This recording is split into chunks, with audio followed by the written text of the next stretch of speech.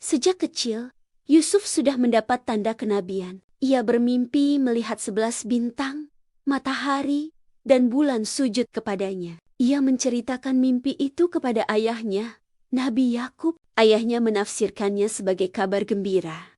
Kelak Yusuf akan dimuliakan Allah. Namun Yakub berpesan agar mimpi itu tidak diceritakan kepada saudara-saudaranya, karena bisa menimbulkan iri.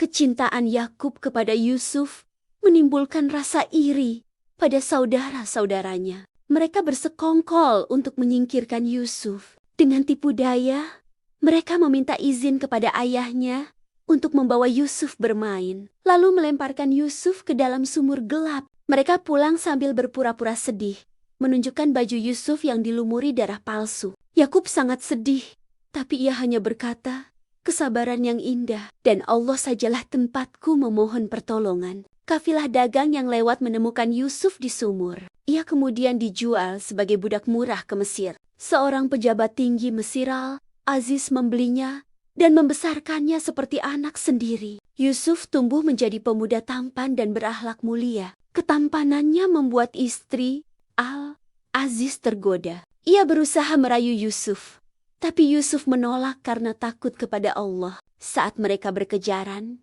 baju Yusuf terkoyak. Suaminya melihat, dan akhirnya terbongkar bahwa Yusuf tidak bersalah. Namun, fitnah itu membuat Yusuf dipenjara untuk menjaga nama baik keluarga Al-Aziz. Di penjara, Yusuf tetap berdakwah dengan akhlak dan ilmunya. Ia menafsirkan mimpi 2 narapidana dengan tepat. Yang satu akan dibebaskan, yang lain dihukum mati.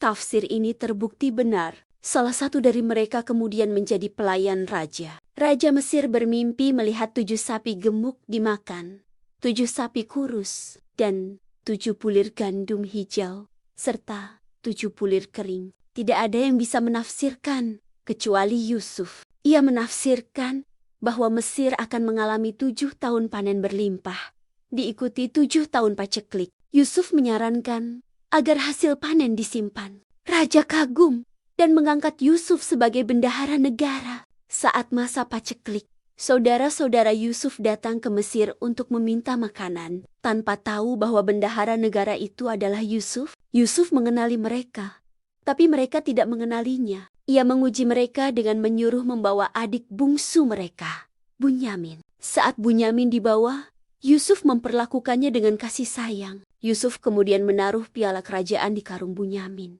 sehingga Bunyamin ditahan di Mesir. Hal ini membuat saudara-saudaranya teringat dosa lama mereka terhadap Yusuf. Akhirnya Yusuf mengungkapkan jati dirinya.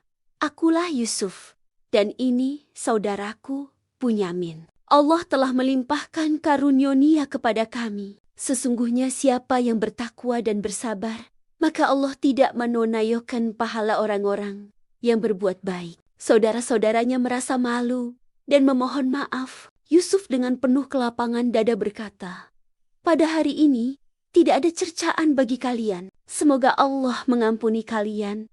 Yusuf mengirim bajunya kepada ayahnya. Saat baju itu disentuhkan ke wajah Nabi Yakub, penglihatannya pulih kembali setelah lama buta karena menangis kehilangan Yusuf. Seluruh keluarga kemudian pindah ke Mesir. Di sana terwujudlah mimpi Yusuf waktu kecil. 11 bintang saudara-saudaranya, matahari ayahnya, dan bulan ibunya sujud kepadanya dalam bentuk penghormatan. Nabi Yusuf wafat di Mesir. Menurut riwayat, beliau berusia lebih dari 100 tahun. Sebelum wafat, beliau berpesan agar kelak jasadnya dipindahkan ke tanah nenek moyangnya, Palestina.